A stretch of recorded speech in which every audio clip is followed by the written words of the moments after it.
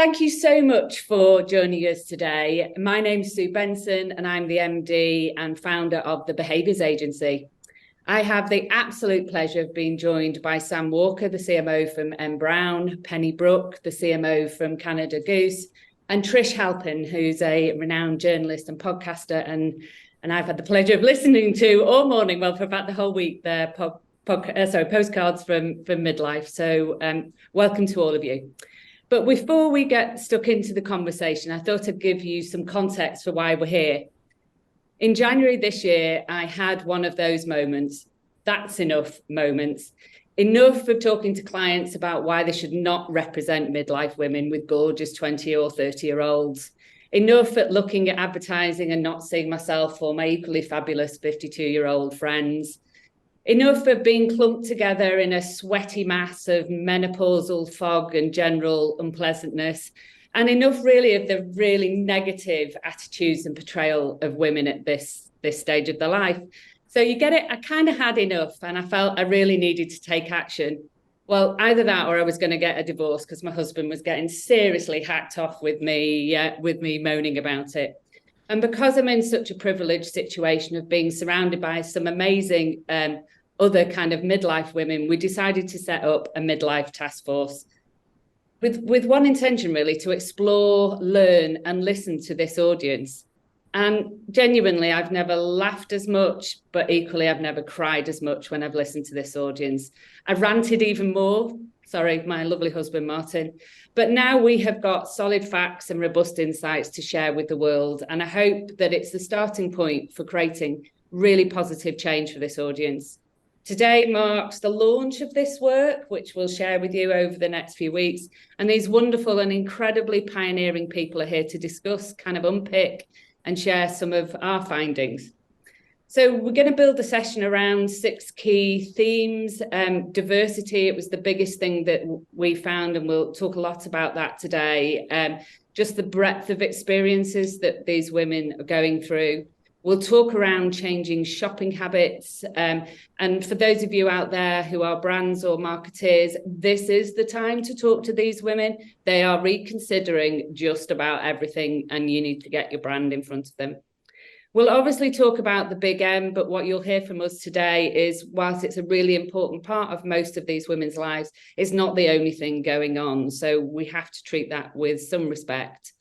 Then on to health, and not just your own health and individual's health, but the topic of health and how you handle that's really important. Then to confidence, which is kind of, I guess, one of my biggest passion areas, about how that wanes and what you need to do around confidence and how it really impacts every important decision of their lives, and particularly shopping and particularly fashion. So there's areas around that. And then finally, the reason that we are here today, and that's around invisibility and just how shocking that is that this group of women just don't feel seen. So we'll kick off in a second, but if you've got any questions, please drop them in the Q&A, not the chat. One of my team will shout at me if I don't say that. So it's definitely Q&A and not chat. And we'll either pick you up on the way, or we'll stop around 9:45, 9:50, and we'll do some questions then. So without further ado, can I start introducing the panel? Sam, can I start with you and your amazing work at JD Williams? Tell me a little bit about what you do and what you've done at JD Williams. Thanks, Sue. So hi, everyone. I'm Sam. I lead our marketing at M Brown. So we look after our whole portfolio of brands, including JD Williams. So I've been here 2 years, and I think from the get-go, was trying to really get immersed in that customer. All of our brands focus on underserved groups to some extent, and actually with our JD Williams brand, it was this specific audience we're talking about. And I think my first thing was getting under the skin of them, and some of the themes Sue's already talked to come across loud and clear. So there's a feeling, they tell us they feel invisible, they feel ignored by brands. They absolutely want to follow fashion, but don't want to follow the kind of passing fads, and want to feel that it's right and authentic for them. And I think what we've done is we spent a couple of years finding our voice for this customer and really establishing how we want to talk to her and engage her. And I think, yes, we absolutely as a fashion brand want to showcase our products and build that emotional connection. But what we uncovered through that insight was there's an opportunity to do that in a way that that elevates the conversation and actually can start to challenge some of these things that we're hearing. So it's kind of purpose, but purpose with a brand connection linked to the product, because there's so many myths, there's so many things around fashion that affect this group of customers, that actually we've got a role as a brand to, yes, show the very best of what we've got, but challenge those myths. And we've done that through our creative. So launching our recent campaign, it was absolutely bringing some of the preconceptions and the prejudices and the challenges that these customers tell us they feel directly into the work, and being able to say, yes, obviously we've got some great fashion product that we'd love you to be inspired by, but actually there's a broader conversation we need to have, and actually we can then play a greater role of serving that audience by helping them challenge some of those myths, start to understand how they might be able to feel differently, open some of those possibilities up, and then getting that work really to resonate as a result. Yeah, and I'm assuming, Sam, because the work is absolutely outstanding, that you've had just a bucket full of positive responses to it from women.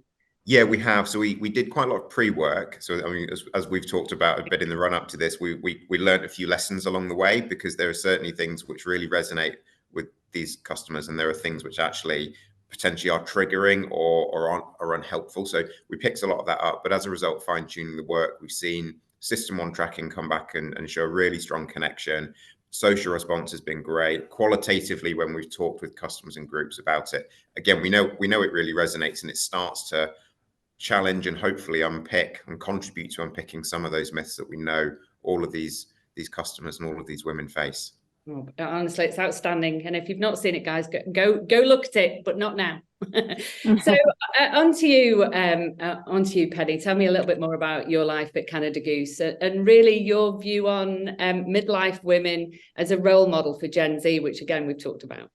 Yeah, absolutely. So hello, everyone. My name's Penny Brooke, and I'm the Chief Marketing and Experience Officer at Canada Goose. And I've been here for coming up 11 years, which means that I joined as an early 30-something, and now I am taking this wonderful journey into midlife. So it's a beautiful moment for me to be having this conversation with you all. And it's amazing to see so many men and women with curious minds around this topic, oblivious of age. So in terms of Canada Goose, when I first joined Canada Goose about 11 years ago, it was the most amazing raw brand founded on exploration in the harshest environments that the earth has to throw at us. And the one thing that struck me first of all was that all of these explorers were men.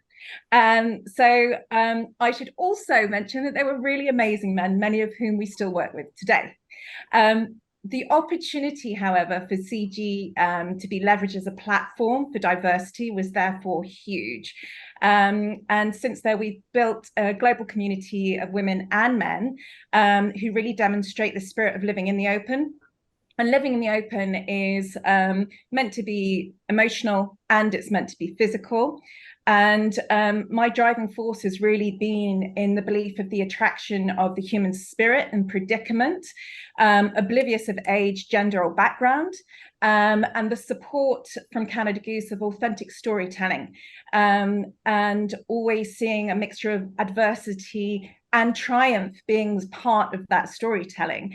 And I think that this is what we hear from the midlife community, and very much the research that Sue and her team have done, which is this is a group of people that are dealing with some adversity, but a lot of triumph. And I think we have a massive opportunity, and me sitting as a marketeer, but also representing this group now, to look at it differently and to speak to this community on their terms and help them on their journey to their dreams, not just their solutions to a drying out scalp. So I think there is a lot of opportunity here, and room for very rich discussion about this very diverse group. Yeah, absolutely. And Trish, honestly, you've covered every single topic probably, and some. So I'd be really interested to hear kind of some of the highlights that might bring to life your work for those that haven't heard it. Oh, thank you, Sue, and thanks for inviting me here. I have to say that your research actually really correlates with so much of what we've discovered on the podcast and our community that we've built over the past few years. So yes, I'm the co-host of Postcards from Midlife podcast. I used to be, I spent most of my career as a magazine editor. I've edited Red, InStyle, Marie Claire. My co-host Lorraine Candy had edited Cosmo, Elle, and Sunday Times Style. So we'd sort of, this generation of women, we had sort of been with them, really. We are them for the best part of 30 years.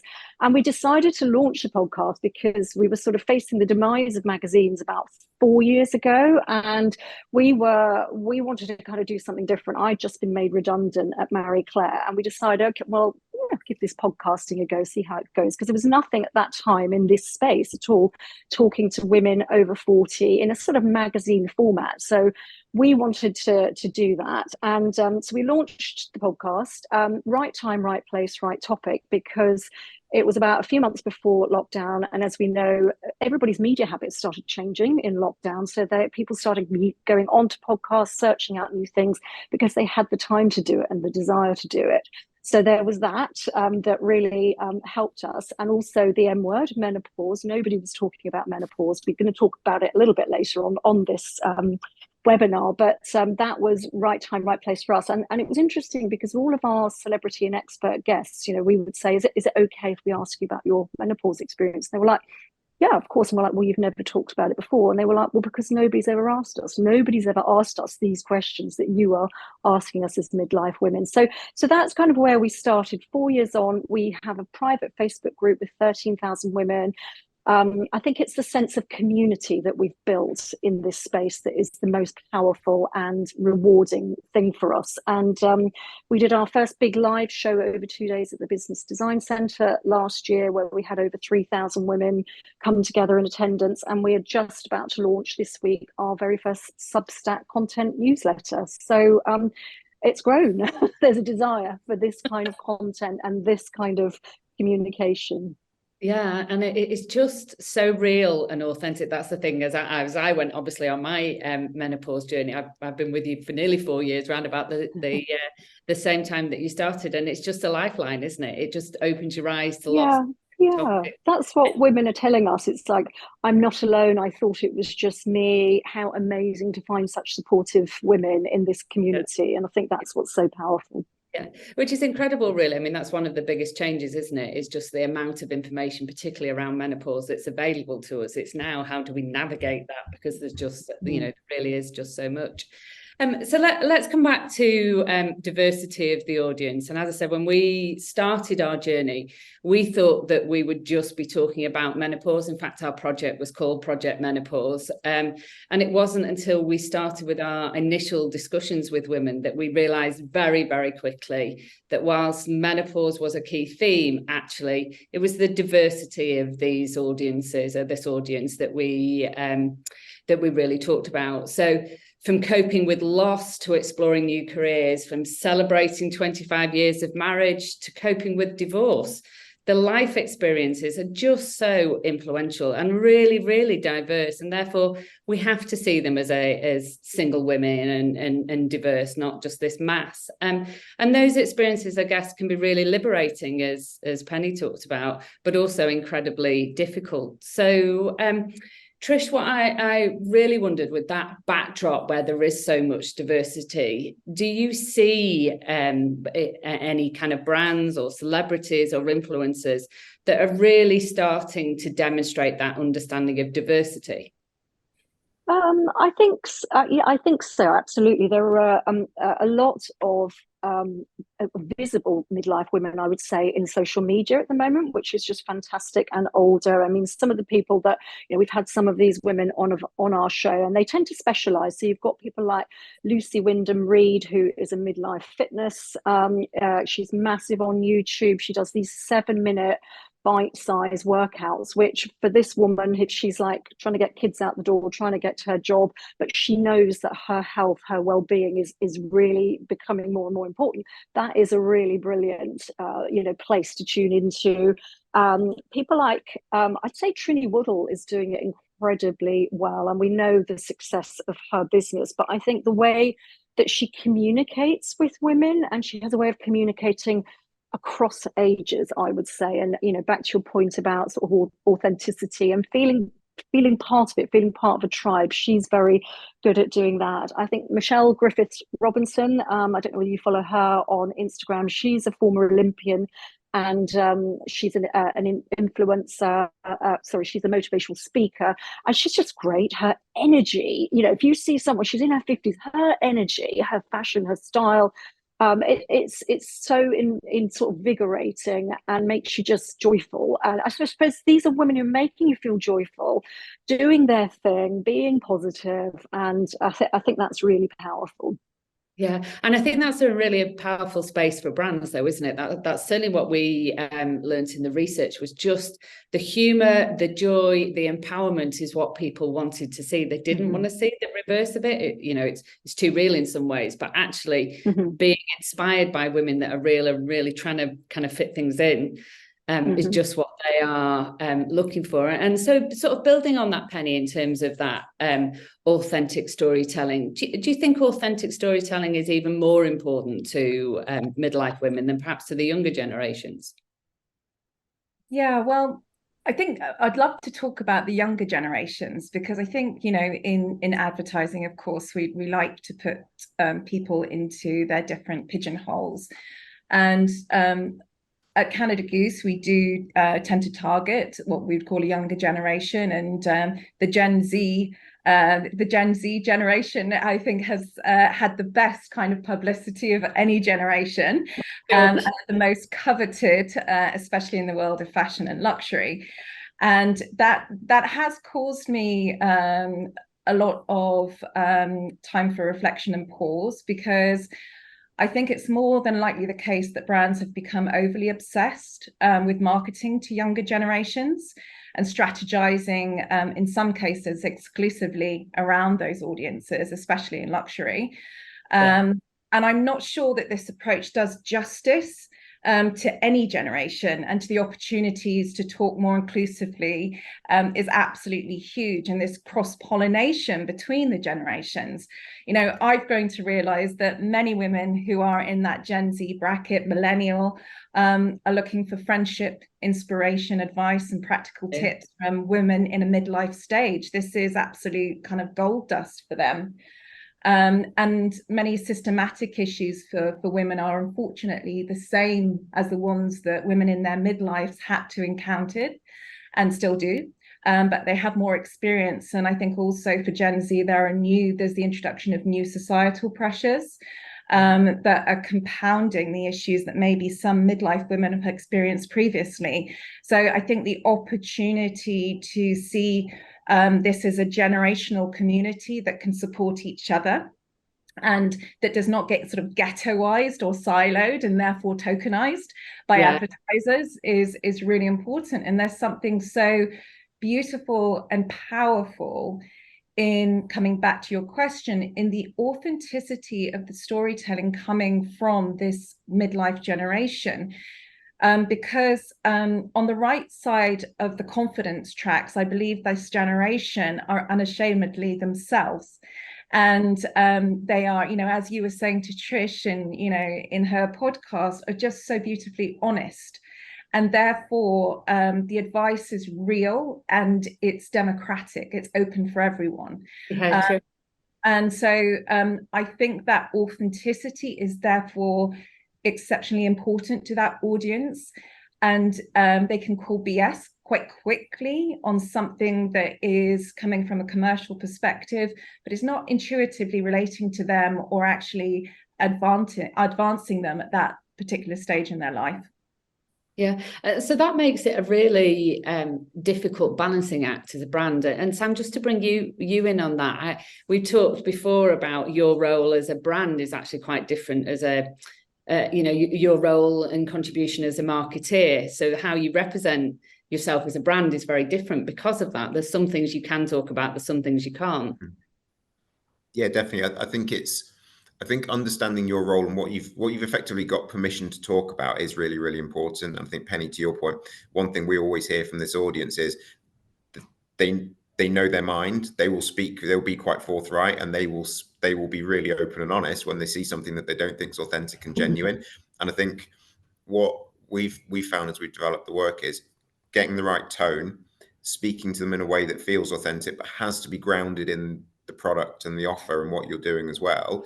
You can't go into one place, take your marketing into a space that your proposition is nowhere near, because actually that inauthenticity will be really, really apparent, and actually it will be very, very counterproductive to this audience, and they will let you know.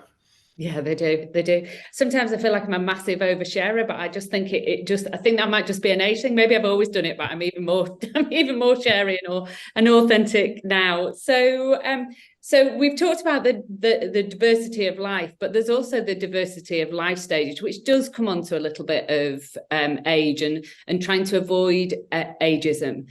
But when we talk about this audience, we're talking about 45 to 60, you know, there or thereabouts as a demographic. And actually, you do have enormous differences there. You've got women with kids in primary schools. I mean, Victoria Curran had another baby and she's in her 50s only at the weekend. So you've got people still in the world of kids and teenagers. And then you've got other women at the other end, which is where I sit, where my daughter's off traveling around the world and is in at university. And so we've got a newfound freedom that we didn't have. And we're not dissimilar in terms of our ages, but in terms of the practicalities that sit around that, we're really quite different. And so that age piece is actually probably quite important to consider, because it's just so different. And then let alone, which is what we're going to come on to, kind of what it does to your body. So I guess, Sam, we talked on Friday when we met about your work around age, which I thought was really fascinating, and sizing by age and how you change that. So if you don't mind sharing that with people, that'd be really interesting. Yeah, absolutely. So I think, it comes back down to a bit of that authenticity piece, because if you're sat there as a marketeer and you're deciding, I want to go and do this job for this audience and I want to go and talk about these things in this way, and your proposition simply doesn't deliver on it, you're going to get found out pretty quickly. But what we're really fortunate in is that our product teams and our design teams have built up tons and tons of expertise in this space. And I think partly so we have a number of brands. We've got a portfolio of brands which address specific parts of the audience. So we're not trying to do a single brand trying to span absolutely everybody.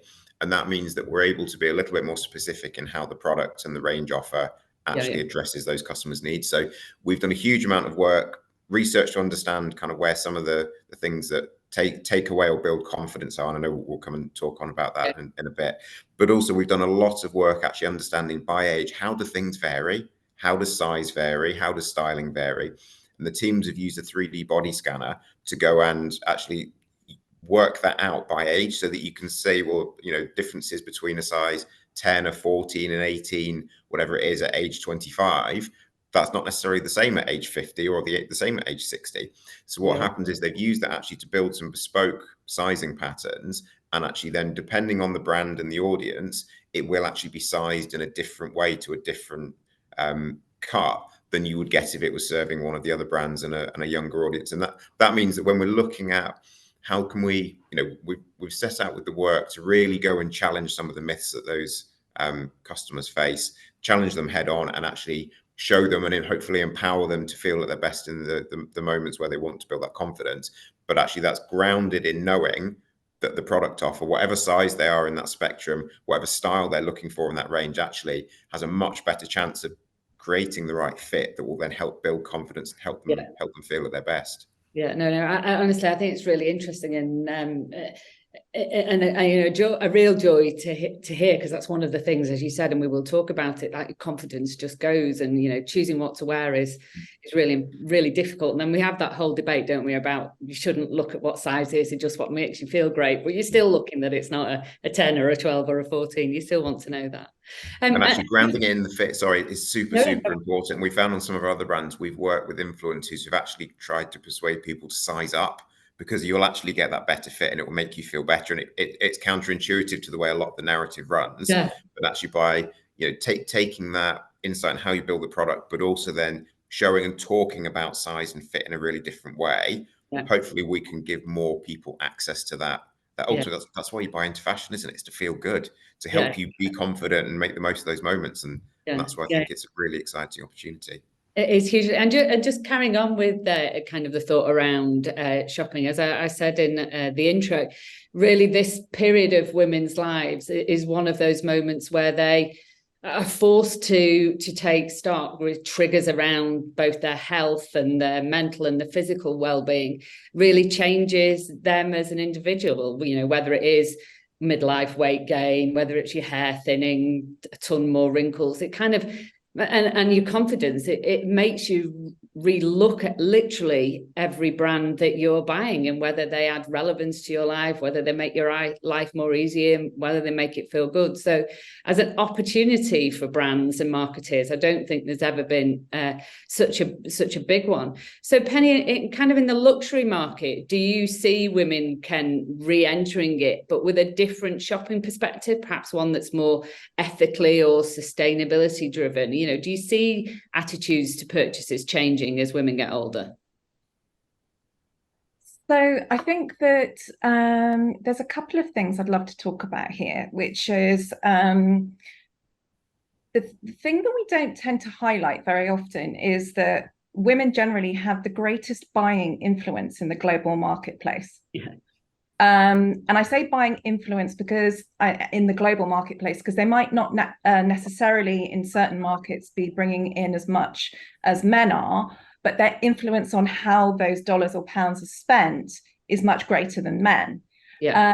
And I don't have the specific stats, but I imagine that midlife women are up there in terms of contribution, especially as relates to spending power. So in any survey I've done at Canada Goose, we see that women are motivated by sustainable and social issues, and that will have much more influence on their purchasing decisions and sway them than those of men currently, especially as women go later into their lives. And so how does this relate to luxury? I think that the best luxury brands out there stand the test of time. They have a history in delivering quality and therefore products that endure. And the luxury resale market is growing exponentially everywhere in the world. And this is giving women of all ages the opportunity to access luxury like no other. And I think obviously this trend has been adopted quite rapidly by Gen Z. But what I see is that it's women in their midlife and millennials that are actually taking advantage of it and getting to a point where, you know, yeah, I am going to spoil myself a bit. I don't have to pay the school uniforms. I don't have to think about balancing those grocery bills as much as I used to. The kids have maybe left home and I'm going to treat myself. And I therefore think that luxury has become much more accessible to this audience, and it gives this audience an opportunity to treat themselves. Yeah. I also think the representation of women in this area is much more front of mind than it's ever been before. So if you take people like Lauren Hutton, Dame Maggie Smith-Follower, Kate Blanchett, Dame Helen Mirren, and currently representing the fashion environment that was previously dominated by younger women. And you know, I've got a prop here from the cover of Vogue Italy in October, which is Isabella Rossellini, the famous actress. So I don't know if you saw it, only at the last Paris Fashion Week, Pamela Anderson was causing great disruption by doing what? Streaking naked? No, by not wearing makeup.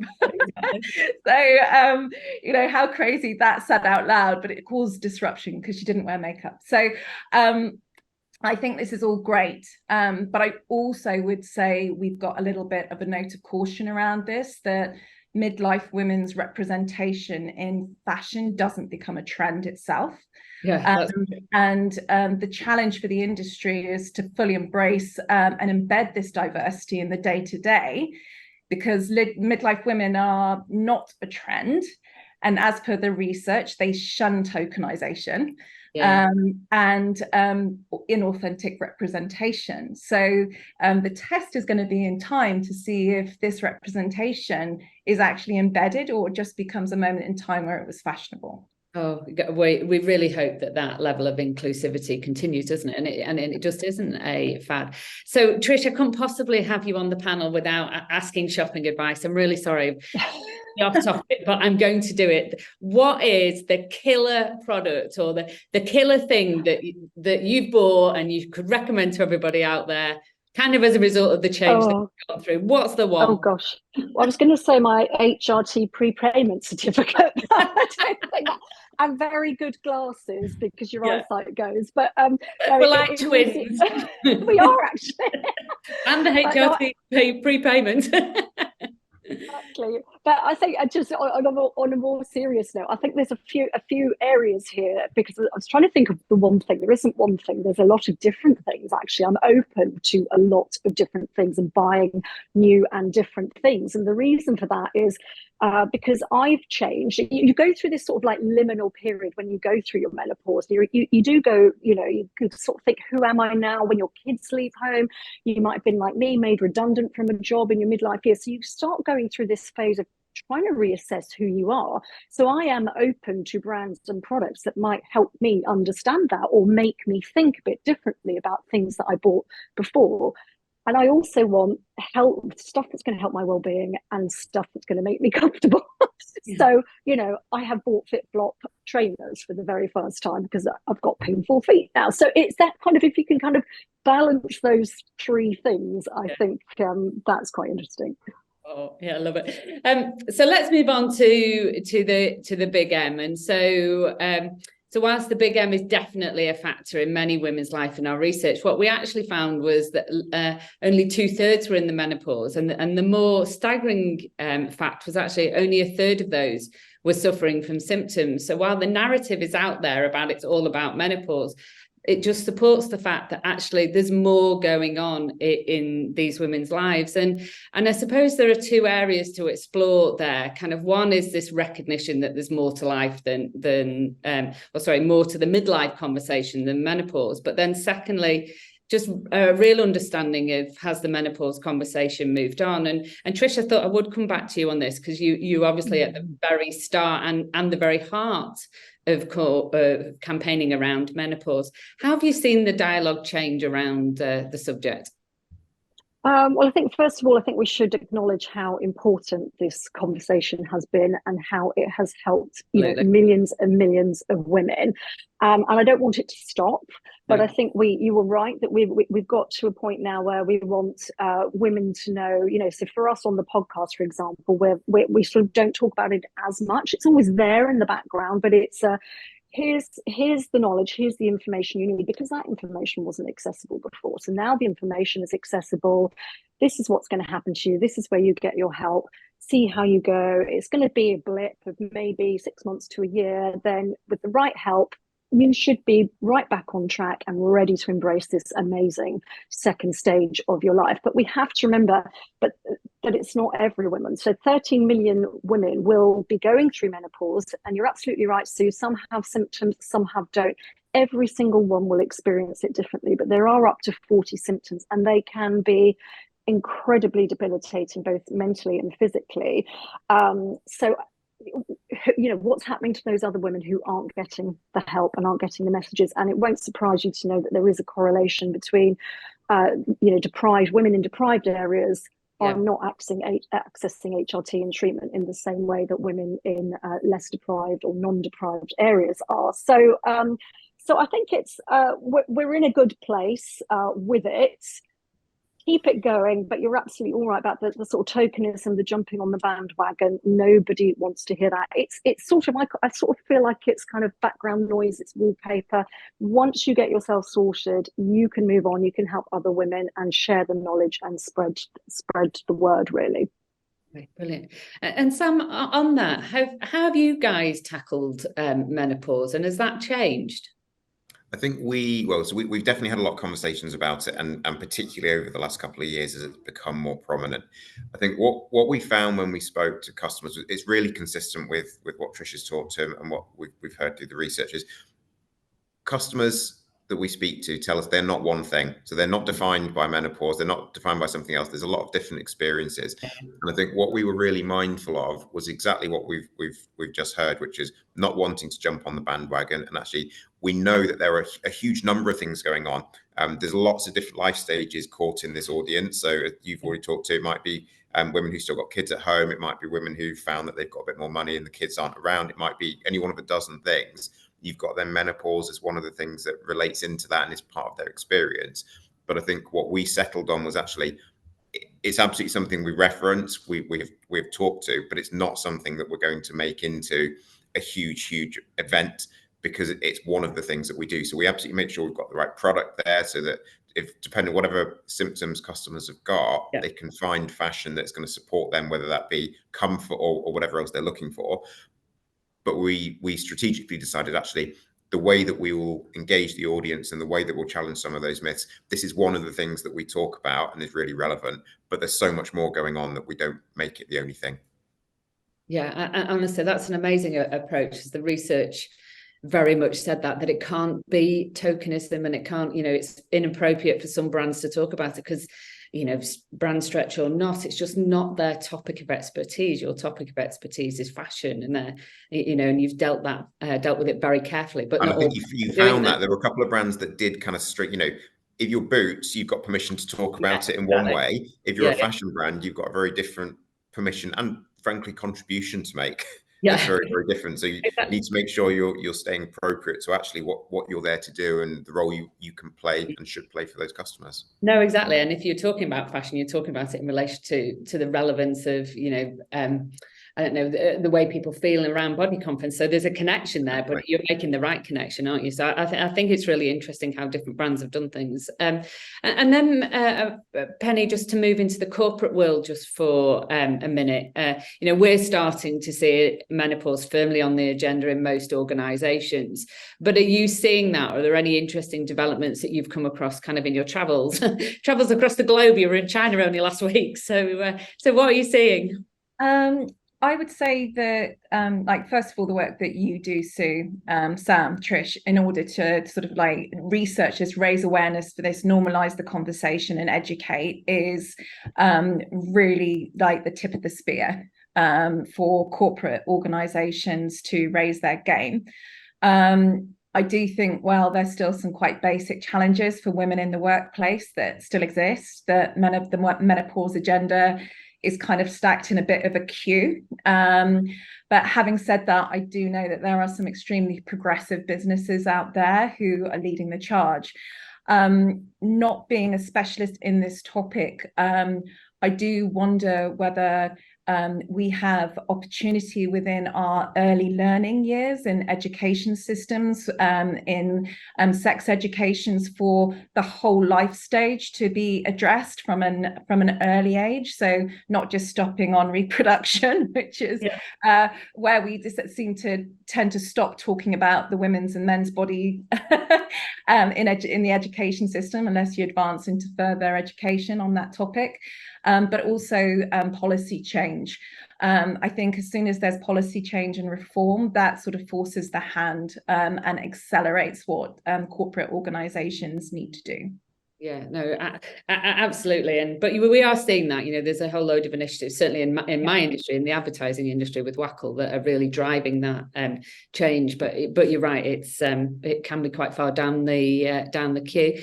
And so sort of moving on from there quickly to health, which we'll just touch on, even before we got the research, when I think about the conversation that I have with my mates around the dinner table, somehow health is kind of at the forefront of the conversation. And only last week we had a conversation with me whinging about my dodgy knees and my arthritic shoulder. Then moving on to one of the girls' husbands has got a heart attack. One of the girls is living or trying to cope with one of their kids with mental health. And then we've got another one of our gang that mum's going through dementia. And so we're surrounded in this health conversation. It seems to kind of dominate our life, whether it's ours or our kind of immediate family and community. But what we found really interesting in the research is obviously A, that was happening, but B, that women's approach to health and to exercise almost became a beacon for how they were tackling their lives. So the more active they were, the more on top of life they were, the more on top of the symptoms they were. And equally, the more they couldn't get going with exercise, or exercise wasn't for them, the more they suffered. So, if you're thinking about it from a sports marketing viewpoint, a sports brand opportunity, it's an enormous point in lives that we can really start to help and engage women. And I thought, again, Penny, you've done some really beautiful work. I think the purpose of Canada Goose is around human nature. And I was particularly interested in how you tackled that. And also, you do some lovely work in terms of reverse aging. And I'd be curious to find out how that worked. Yeah, absolutely. So thank you for giving me the opportunity to speak about human nature. So Human Nature is our purpose platform, and it's about keeping the planet cold and the people on it warm. But it's born out of the belief that to be human is to be a part of nature. And essentially it recognizes that our health and the health of the planet are inextricably tied.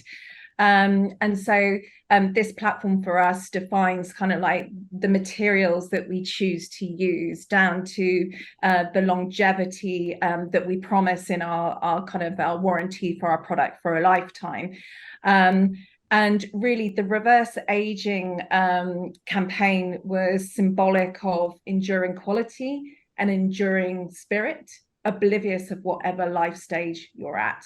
Yeah. So I think it was important for us that people understood that this product is with you for a lifetime, and your lifetime is embraced, right? So so that was important. But I think a note on nature, which I love because it's so democratic and it's so indexed to health, is that I think that, we talk about Mother Nature, and I think it's restorative, and especially for women at midlife, I think it's a really great way to reintroduce yourself to fitness, whether that being finding that time to take a walk that then might lead to a run, that then might lead to something else, but it's accessible, it can fit around your schedule. And we know that time spent in nature has really, really great health qualities. The research shows it. And Trish, you were talking about the disparity there is with HRT treatment and your socioeconomic group. The good thing about nature is that it can be accessible for all. So I think it's a great way to enter into this conversation with midlife women. Absolutely. So let's move quickly on to confidence. We talked about it at the beginning, but it's one of the I suppose the most debilitating things that we see with women going through midlife, where their confidence really starts to wane for a whole number of reasons. And brands can definitely play a role in enabling and building confidence. Sam, do you want to talk a little bit more around body confidence and kind of the insights that you got there, and how you feel you help women in that area?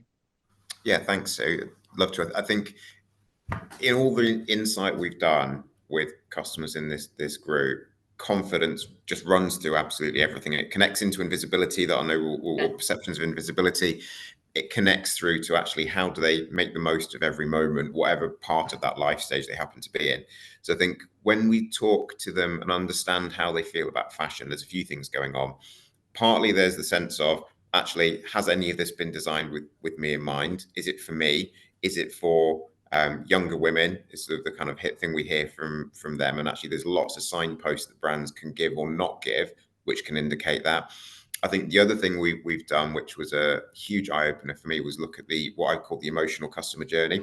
So, the accompanied online shop with a customer, and actually all the things that, and I know we've touched on a few bits of semiotics in the work that you've done, but it's very much what does it signal when this type of model is used, or we present the product copy in this way, or we talk about the product use in this way. It can signal a sense of belonging or not belonging. So really what we focus on is it is born of the product, so it has to be grounded in the proposition. So that fit that's going to build confidence, understanding those bits of styling, those areas that cause concern or anxiety, and actually making sure that the way we design product, be that sleeve length, kind of neck, waist, all those different things can make a difference to how confident an outfit can make someone feel. Giving the right inspiration, so actually showing ways to wear. So we talked, and Penny talks a lot about sustainability. A lot of what we try and focus on is showing versatility and longevity in a product and different ways to style it for different occasions, which again builds confidence. So it's really then a combination in the way we try and deliver it through the right product offer, stuff that runs through the range, specific things we've got like Magisculpt that help with specific fit challenges that customers might have, but then how you bring it to life. So through that customer journey, use of the right cues through the journey, use of models. I think, again, this plays to we need to make sure this isn't a fashion thing. So you can do some lovely above the line campaign, but actually then you go through to someone's site and you see every single e-com image is on a shot on a 25-year-old model. It just doesn't ring true. So for us, it's really about having the right offer, bring it to life in a way that can challenge some of those preconceptions, but it absolutely has to live and breathe through ways to wear inspiration, through a consistent customer journey, through living and breathing, model choice on your online site and through your product offer, as much as you do through the big set piece that you might do twice a year. I think that's how you have to bring it to life authentically. And what we hear from customers is when they can start to see themselves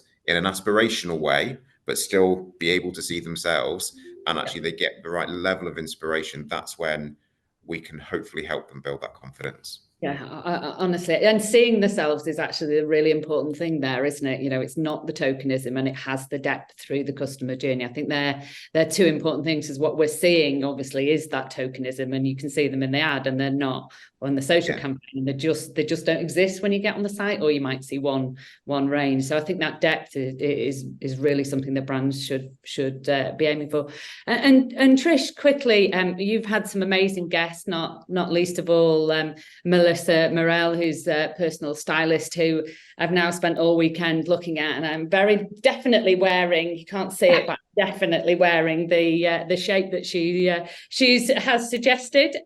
What other advice can you give to marketers about how they build confidence? Yeah, I think what's interesting is to think about this generation. Okay, we're Generation X. We grew up with being told we had to do every diet, we had to do every exercise plan, it was all there, it was all happening, and we were told that we had to beast our bodies to be better, right? That's what we were told. That's what we grew up with, which is in such sharp contrast, I think, to the wonderful body positivity that Gen Z really are spearheading. So that's, there is a difference. So on the one hand, you've got midlife women. One of the joys is that you sort of don't give a stuff about so much stuff. Okay, you're just like, oh, I can't, I've been there, I've done that, I can't be bothered, it doesn't matter anymore.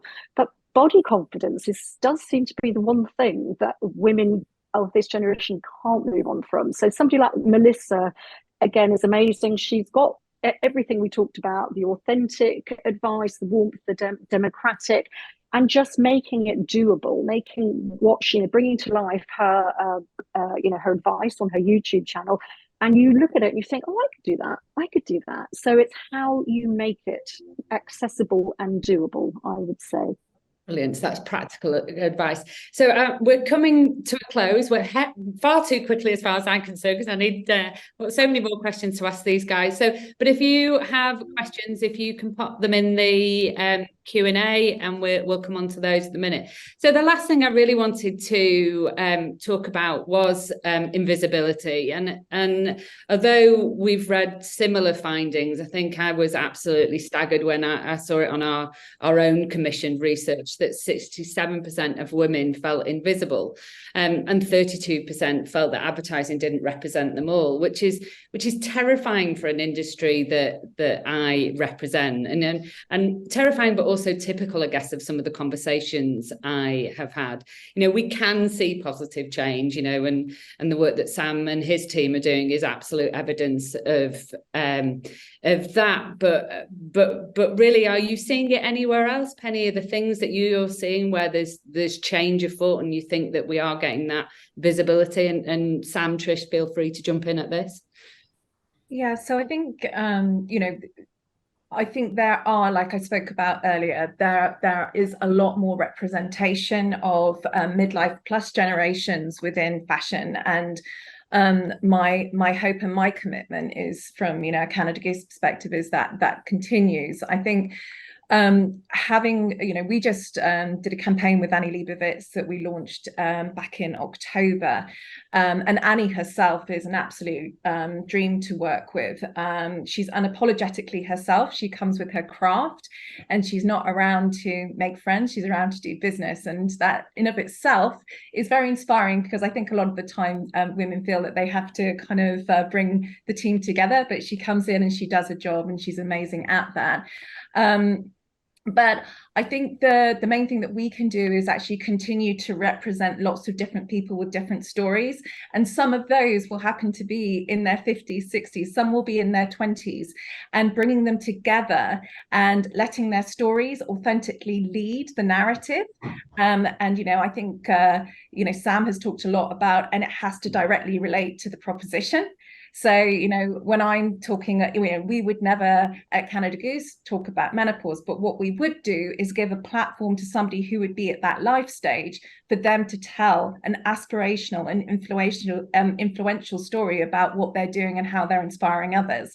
So it's maybe further degrees away, but I think it's just creating those platforms wherever we can for more diversity to be represented. But I think we know that the stats still weigh a bit too heavily towards men regards who's making the decisions on female representation. So whether that's in ad agencies, on boards, or the recent publicity around the amount of male creative directors there are in the luxury industry, which is why it's so important that women and men come together to represent this topic. I'm very grateful for, Sam putting himself out there and being a leader in this space. And I think the more that we can actually work together, I've been marketing to 25-year-old guys for quite a while. I'm not obviously a 25-year-old guy, but actually, as Sam said when we were talking earlier in the week, it's simply just good marketing to understand the insights of your audience and to channel those insights into your work. So I think the more that men and women can understand the opportunity to represent this audience better, then we're all going to win. Yeah, absolutely. So moving on to final piece of advice, if you don't mind. So Sam, what's the one piece of advice that you would give to marketers to reach and be relevant and represent these amazing women? I think for me, and Penny's kind of talked to it briefly there, back to basics marketing, it's really understanding and listening to that customer, because if you do that, then you're going to have to do these things that respond to it and represent them properly. You'd find it impossible not to. So I think just understand your customer better than anybody else does, and then be really, really focused on how you're going to connect with them emotionally. And if you do that, you can't go too far wrong. Thank you. Trish? Well, I just wanted to start by saying that if anybody hasn't seen Penny's Annie Leibovitz campaign and the JD Williams, Your Mum, My Dad, both excellent examples of how you can target this audience or speak to this audience in a way that they will emotionally understand. I would just say, I think it's not just about delivering the everyday problems, it's about how do you connect with them and show that you understand them to deliver their aspirations for this next stage of their life. Because you have to remember, this is such a unique generation of women. We put Ibiza on the map, right? We were clubbing in the 90s, we were doing all of these things. Yeah. So think about it from maybe what's gone before as well as what's happening now and what they want to come. Yeah, I think the once comes the really interesting thing, is it certainly is from my perspective. Penny, one final thought for you before we get bombarded with questions. Yeah, it's very much in the same milk as Trish, but try to avoid tokenization and address this audience in a nuanced way based on the insights and in the right way for your brand based on the insights. This audience might still want to dance until 2 a.m. in the morning. They might still want to travel around the world without a care and explore. And at this age, with the benefit of experience and some newly found freedoms for some of the audience, these dreams can actually be a reality. So as advertisers, I think we have a massive opportunity to harness this new opportunity. We do, we really do, and a duty of care in some respects. Absolutely. So can I invite Adam to join us, who's been hopefully sifting through all the millions of questions. I'm really conscious of time. I'm trying to keep us on track. What have we got, Adam? What do people want to know about? There's been quite a few, so I'm not sure we'll be able to get around to all of them, but we'll do our best. I think Paul asks about the which sectors are in sort of radical need of the change of approach to this sector, to this demographic, and he talks about some of the work he did with the with UCL and women's health, and that the financial services just don't have a single health or life insurance product designed specifically for women over time. So just out of your experiences, are there any sectors you think are in need of a similar radical approach? Yeah. I suppose we looked at quite a lot of sectors, and there's definitely sectors that are leading the way. Health and beauty, I would say, is absolutely at the forefront, as is fashion. There was some real surprise in terms of sport. We really thought that there'd be more representation of women across all of the sporting brands, given that health and activity was such an important, so you don't see that degree of diversity. And then where you really don't see the inclusion of midlife women in quite the way that you want to is almost markets that aren't their core target audience, in anything from furniture to auto. I mean, don't get me on buying a car. There's a whole other subject of men versus women there, but you don't see it. So there are plenty of categories where really the product isn't the core, like a menopause product, that need help. It's too wide, unfortunately. Okay, great. And then, so Sue Moore asks, we touched upon it briefly. It was about the link between marketing teams and whether midlife women are represented in marketing and branding teams, because the industry skews quite young, and technology, she says, in general skews quite male. Do we need more midlife women on marketing teams in order to better target this market? Sam, we touched on this. I think you should answer it. So overall, very much yes. I think we're in a very privileged position where we're very well represented. So whether it's at our senior leadership team, whether it's in our own marketing teams or in our own agencies, actually we are very well represented for this group, not exclusively. So it's interesting talking here. We have a female head of marketing on Giacomo, which is our men's brand. So it's not like we've gone and recruited one to the other. I do feel we're quite well represented, but actually there are certain teams in certain sectors where I think that definitely isn't the case, and that's been my experience. So yes, absolutely. And I think for it to run authentically through, it can't be something that is customer facing only. It has to be something that we're doing within our teams, our organizations, our businesses as well. Yeah. Okay, great. Maisie has asked about our thoughts on influencer marketing and whether midlife women engage with influencers in the same way as Gen Z. I don't know who wants to say That's that. a Trish one. I think that's definitely a Trish one. I think they're certainly starting to. If it's the right person, the right people, some of those women that I mentioned earlier on their social channels, they are huge. They are absolutely huge. So I think they are, but we keep saying these words, the authenticity, do I relate to them?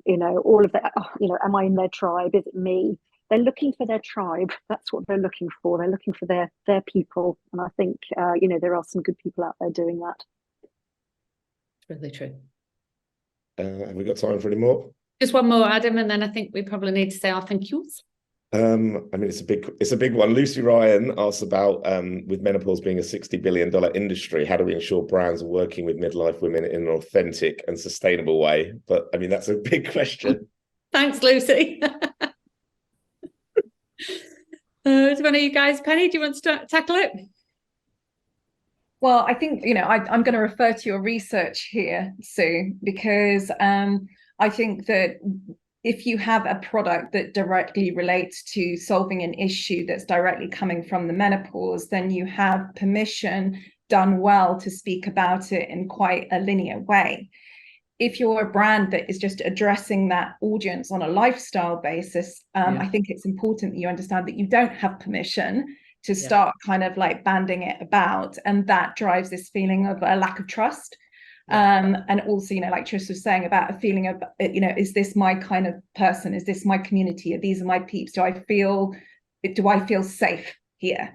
Yeah. And so I think it's important that brands inspire this audience, but also make them feel space within it. Yeah, that's really true. Thanks, Adam, and thank you so much to Sam, Penny, and Trish. It's been a great experience. I didn't get to ask you half the questions, as you guys know, but I think, you know, there's some really key themes that have come out of today around diversity and authenticity and tokenism. And I go back to the point about duty of care. We are in a really, really privileged position as a group of people that we can drive change and we can really lead the way in terms of representing midlife women. So I kind of just wanted to leave you with that thought. And the report is in the post. So thank you very much to everybody. We'll see you later. Thank you. Thanks, everyone. Thank you very much. Thank you, Sue. Bye.